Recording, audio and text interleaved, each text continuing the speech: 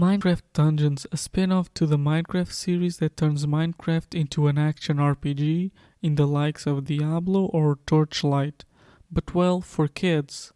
And I mean that in very much a cut down version of what an action RPG is, but we will get into that in a bit. First, I want to say I played this on the Nintendo Switch, which hopefully is not a problem, but I honestly would not recommend this version. And again, we will talk about that more in a bit. Starting then with the story, Minecraft Dungeons in a simplified way is about wizards slash witches and the monsters of Minecraft universe invading and enslaving the typical villagers. And it's the job of the main character or main characters, since this game can be played in co-op, to save the villagers. And it's a simple story, but I would also argue that this kind of game and its target audience don't really need a strong story as long as the story at least gives you interesting locations and moments to play in. But I'll be honest, unfortunately, it doesn't. Which leads me to talk about the graphics and sound, and it's a mixed bag because it is faithful to the Minecraft universe, even though it is running on a completely different engine, which is good, but also because of the general Minecraft aesthetic, a lot of the levels and themes do have a tendency to blend in together and look too much alike. Like any place that is full of grass and trees looks the same, every cave that's made out of rock tends to look the same. Every inside of houses or castles, they may not look exactly the same, but because for the most part they are made of the same Minecraft blocks or materials, they end up looking very similar. And it's not like that couldn't work here. And there are hints that it could work, but maybe due to budget restraints or even time or other reasons, everything here kind of blends in and it gets repetitive fast, even with just 10 main levels, which by the way you can beat in around 20 to 30 minutes each. Which makes this a very short game in general and a very short game for an action RPG. But we'll talk more about that in the gameplay. The sound of this game then is actually alright. The sound design is very faithful to Minecraft, which is a good thing. But again, I feel like I have to say that, but the soundtrack is too faithful to Minecraft, meaning it is too soft and calming, while that may work for a lonely survival game with an emphasis on building. It doesn't really work for an action-focused game like Dungeons. It really contrasts. While the music itself is not bad, its placement is, and it brings this otherwise good music down, unfortunately. Now let's move on to the gameplay because the graphics are not the only reason this game feels repetitive. The game is very simple for starters. There are no classes here. Each character has a melee and a ranged weapon, and each character can equip whatever weapon they want. That making for the most variety of how your characters will play. But it's never a big difference. Maybe a sword hits faster than another weapon, but then another weapon will have a bigger range. Same goes for the ranged weapons, where a bow will shoot like a sniper while another bow may shoot like a machine gun. It is very much like that, even though these individual weapons can have enchantments on them which will give them special passive effects. But again, unless these are very overpowered, like regaining health with each kill, it can get boring really fast, as it really pushes you to just wear whatever has the highest power. Same goes for the armor, which again can have enchantments, but unless they're really good, you're better off with just using the highest power one. There aren't really builds you can do here, at least that would affect the gameplay in a meaningful way. The most game-changing things here are the spells. You have 3 slots to equip these special attacks or spells.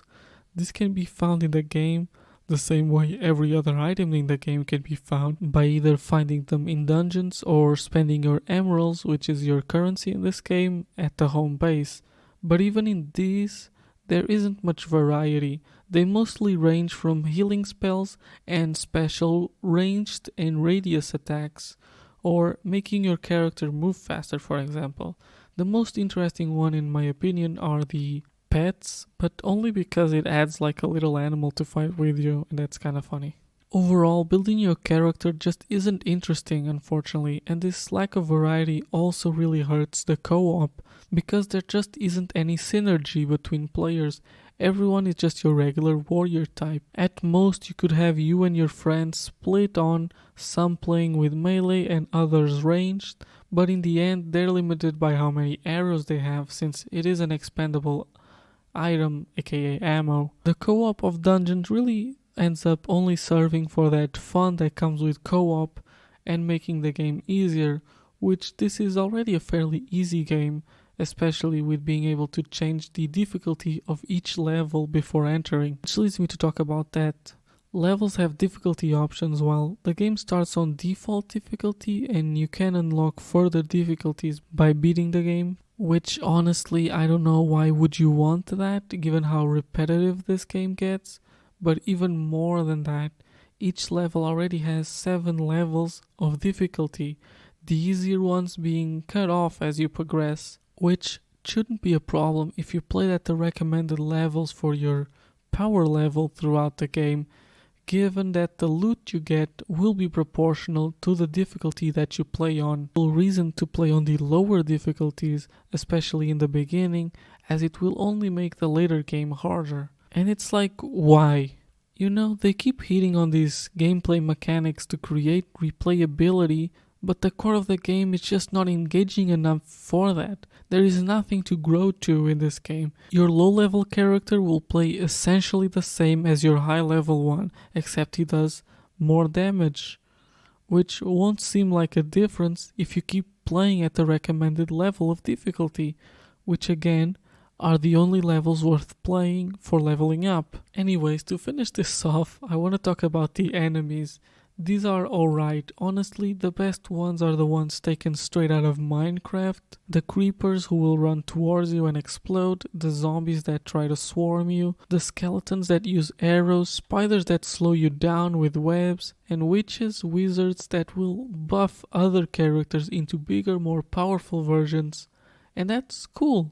But then the more original ones are kinda generic. Dudes with swords, dudes with shields. It's really like that. And why? I don't know. For reference, this will dominate the final levels of this game, and it's just like so underwhelming when Minecraft already has such a large roster of enemies. But that's kind of what this game is overall. Underwhelming. I already expected it to be Diablo for babies, but I at least expected it to do more with the Minecraft world and aesthetic, rather than just kinda copying it, all without understanding what works and what doesn't about the Minecraft world when translated to this genre. And it honestly comes off as a cash grab to me. It's not the worst thing I've played, but I don't think I will ever replay it. And I'm giving Minecraft Dungeons a 5 out of 10. It is mechanically sound and it can look nice, but it's also insanely basic and repetitive, and I wouldn't even recommend it to kids who have never played an action RPG. Just play Torchlight 2, which is fairly kid-friendly already. For Minecraft fans, I also wouldn't recommend it. Honestly, I don't know what kind of Minecraft fan would enjoy this, unless they like Minecraft for the lore? Question mark? Question mark? Question mark?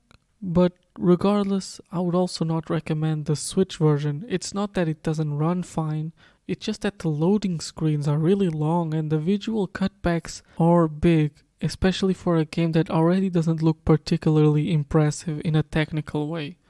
But from reading it, it seems that other ports also have their own technical issues as well, so I would look into that if I were you. Regardless of your decision though, I hope that this video helped you make it, and regardless of that decision, please consider subscribing and liking and even commenting, all things you can do for free here on YouTube. And regardless of that, I hope you're having a good day, and goodbye.